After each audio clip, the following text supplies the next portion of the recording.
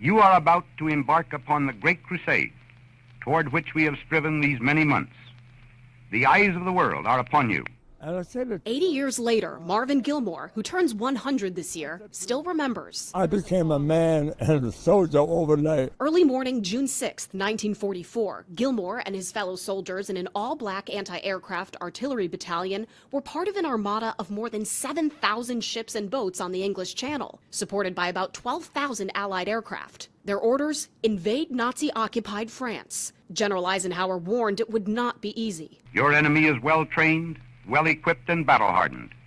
He will fight savagely. Being African-American, we were the first on the line. The price of a liberated Europe was paid in lives. Gilmore saw it firsthand on Utah and Omaha beaches. When we climbed that hill, all we were trained to kill or be killed. War is gruesome. And I think most soldiers came back, we don't talk about it.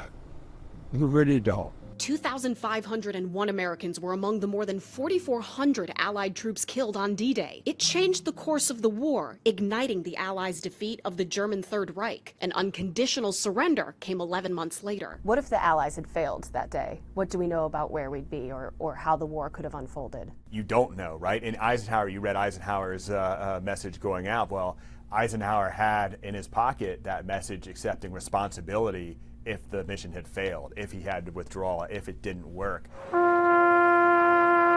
Memorials like this one in Normandy are a tribute to the bravery and sacrifice of veterans like Gilmore and those who never came home. They also serve as a reminder of what we owe them. And I think showing that gratitude by living in the way that honors them. There's a phrase that goes, the best way to honor our troops is to be an American worth fighting for. Yeah, that's the key. That is the key. In Washington, I'm Atra El-Nashar reporting. As the plane carrying 48 American heroes floats across the western coast of France, touching down in Normandy. This is my third time back. One of those on board, First Lieutenant Wally King, remembers the first time he made the flight. One of 75 combat missions the fighter pilot flew during World War II.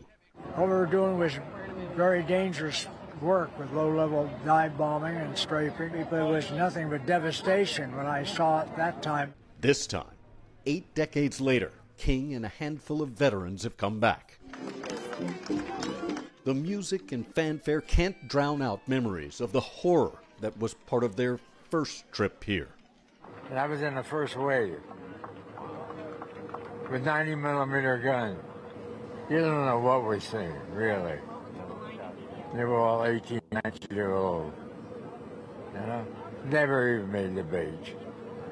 And it was loaded, believe me. Still, they're drawn to this place, they say, to honor the men and women they call heroes, each marked by a single white headstone. The ones that are my buddies here, yes, sir. These are all brothers in arms. This group is, frankly, the last of the survivors, now fighting not enemy soldiers, but time. They're now, most of them, 100 years old or over. So it's important that we give them the very best ceremony that we can. They deserved it. This community transformed, thousands in military vehicles and full uniforms, honoring the men and women who fought for and secured their freedom. Well, it's important to me to pay a tribute to the people who liberated Europe from the Germans.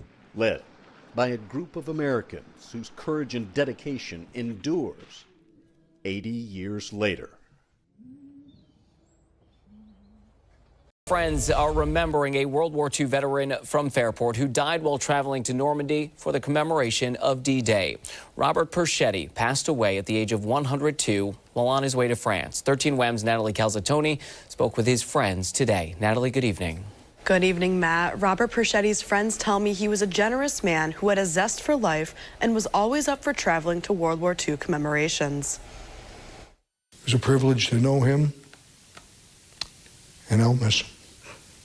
William Leone says his friend of 46 years, Robert Perchetti, lived quite the life over 102 years. He says the World War II Navy veteran loved to travel and share his stories with younger generations. He had a real zest for living. He would go visit children in the grammar schools in the area, talk with them about his experiences growing up, his experiences during the Second World War.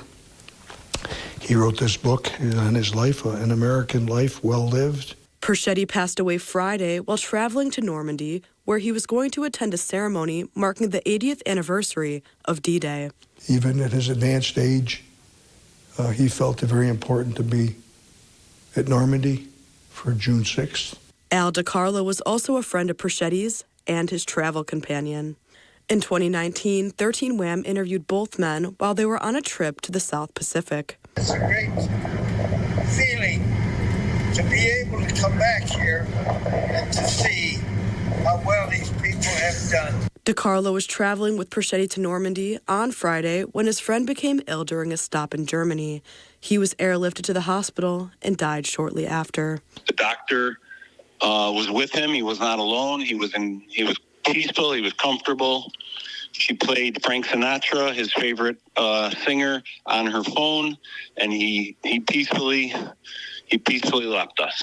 DiCarlo says Perchetti was an inspiration to him, and before his passing, was thrilled to be with other World War II veterans. I mean, he was a radio man on a communications ship off the coast of Iwo Jima in Okinawa, and he met another radio man I think he was from the Army.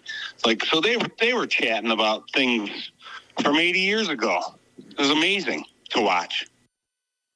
William Leone tells me as of right now, there is not a set funeral date for Robert, but it'll be held at St. Jerome's Church in East Rochester.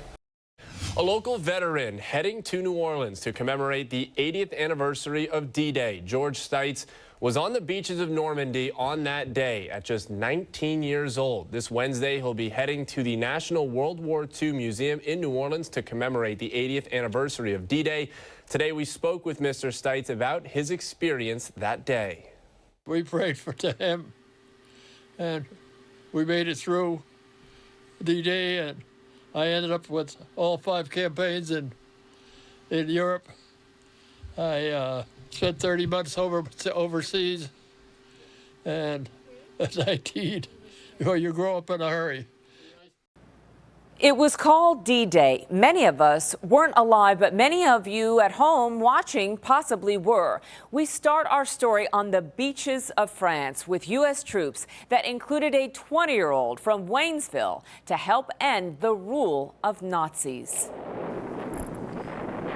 The storming of the Normandy beaches in France, June 6, 1944, brought thousands of American soldiers to free Western Europe from Hitler. More than 10,000 forces were killed, their sacrifice giving the Allies a foothold. A year later, the Nazis would surrender.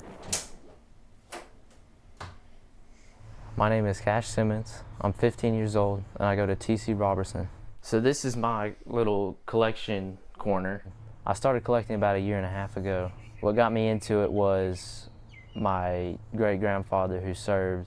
Cash found his great-grandfather William Stevens's medals and uniform in his grandparents' closet.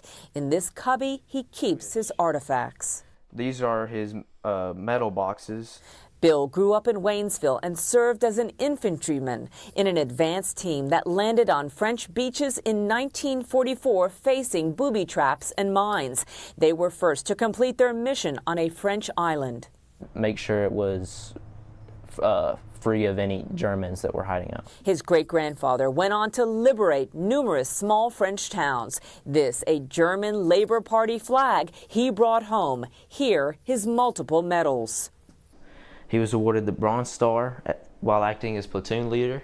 Plus a Purple Heart, along with his great-grandfather's belongings. Merritt, he was from Columbia, South Carolina, and he flew 30 missions. It makes me feel like I'm saving history and preserving it, which gives me a good feeling.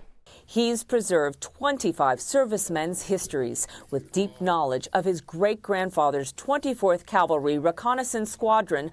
Writer Mike Hind in France has solicited Cash's help for a book. It was thanks to Cash and the material that he's collected that we've now got the clearest possible picture of who it was that landed on these islands before the actual main D-Day landings even began. This was going to be thrown away. For Cash, it's about honor with groupings from all service fields. While it began with his great-grandfather Bill, it continues by revering others. This guy died for his country, and he gave the ultimate sacrifice for a good cause, freedom.